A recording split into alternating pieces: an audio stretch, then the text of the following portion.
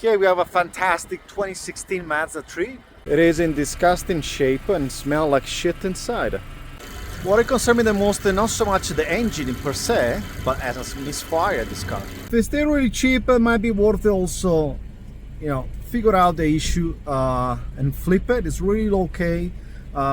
It's manual also, so can attract a different type of buyers. But again, this one will save me today 3 cars. So this one I'm probably not gonna bid so much because I had a misfire. So now we'll take you know, probably a few thousand to repairs. It depends on when you bring it, if you do it yourself.